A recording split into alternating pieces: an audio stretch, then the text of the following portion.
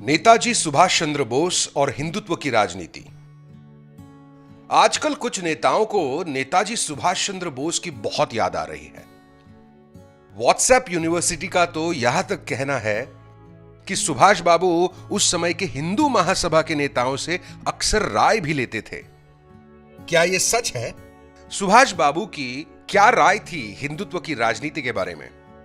दरअसल सुभाष बाबू सांप्रदायिक ताकतों को जहर मानते थे और किसी भी कीमत पर इस जहर को राजनीतिक संगठनों से बाहर रखना चाहते थे। इसीलिए जब 1938 में सुभाष बाबू पहली बार कांग्रेस के अध्यक्ष बने, तब उन्होंने तत्कालीन कांग्रेस पार्टी के संविधान में एक संशोधन का प्रस्ताव लाया।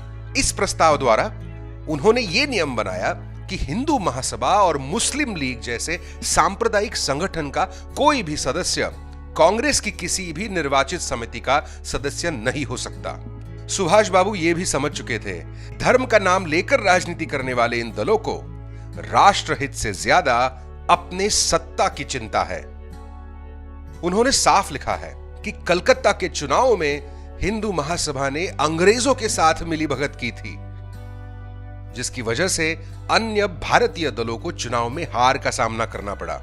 वो लिखते हैं, हिंदू महासभा के नेताओं द्वारा नियोजित रणनीति ने हमें पीड़ा और दुख दिया है। हिंदू महासभा ने साफ सुथरी लड़ाई नहीं लड़ी थी। उनके उम्मीदवारों में वो लोग शामिल थे जिन्होंने अंग्रेज और उनके नुमाइंदों से मिलीभगत कर संयुक्त पार्टी का गठन किया। हिंदू महासभा ने हमारे सामने फिर यह साबित किया है कि उनको अधिक दिलचस्पी कांग्रेस को गिराने में है, न कि कॉरपोरेशन को अंग्रेजों से बचाए रखने में। भारत छोड़ो आंदोलन के दौरान भी सुभाष चंद्र बोस ने सावरकर की कड़ी शब्दों में आलोचना की थी। अंग्रेज सरकार के खिलाफ अंतिम संघर्ष में हिंदू महासभा का अंग्रेजों का साथ देना भी नेताजी को असहनीय था। एक तरफ गांधी जी, कांग्रेस और देश के आवाम ने भारत छोड़ो आंदोलन छेड़ा था और दूसरी तरफ सुभाष चंद्र बोस आजाद हिंद सेना बनाकर ब्रिटिश भारत पर बाहर से आक्रमण शुरू करने की तैयारी में थे। इसके ठीक विपरीत सावरकर ने तो हिंदू युवाओं को ब्रिटिश सेना में भर्ती होने का आदेश देकर सीधे अंग्रेजों की मदद करने का काम किया। हिंदू महासभा के नेता श्यामा प्रसाद मुखर्जी ब्रिटिश अधिकारियों को पत्र लिख रहे थे कि वे कैसे कांग्रेस के देशभक्तों का यह आंदोलन कुचल सकते हैं। इससे क्रोधित होकर सुभाष बाबू ने 1942 के अगस्त में आजाद हिंद रेडियो के संबोधन में कहा, मैं श्री जिन्ना, श्री सावरकर और उन सभी लोगों से अनुरोध करूंगा जो अभी भी अंग्रेजों के साथ समझौता करने की हरकतों में लगे हुए हैं, वे एक बार ये जान ले कि बहुत जल्द कल की दुनिया में कोई ब्रिटिश साम्राज्य नहीं होगा।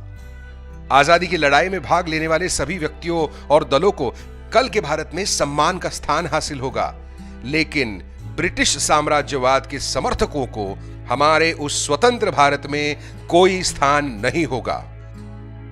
सुभाष बाबू ने हमेशा एक पंथ निरपेक्ष भारत का सपना देखा और उसके लिए अपने तरीके से संघर्ष किया।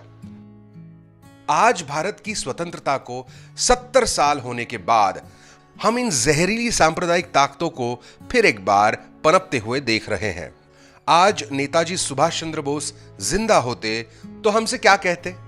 यकीनन नेताजी वही बात दोहराते जो उन्होंने 12 मई 1940 को बंगाल के झारग्राम की सभा में भाषण देते हुए लोगों से कहा, हिंदू महासभा ने वोटों की भीख मांगने के लिए अपने हाथों में त्रिशूल लिए सन्यासियों को तैनात किया है।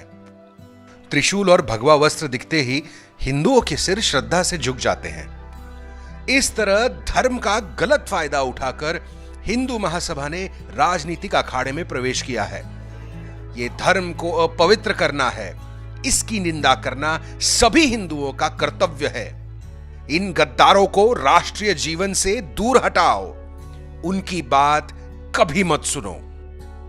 यह था नेताजी सुभाष चंद्र बोस का कहना।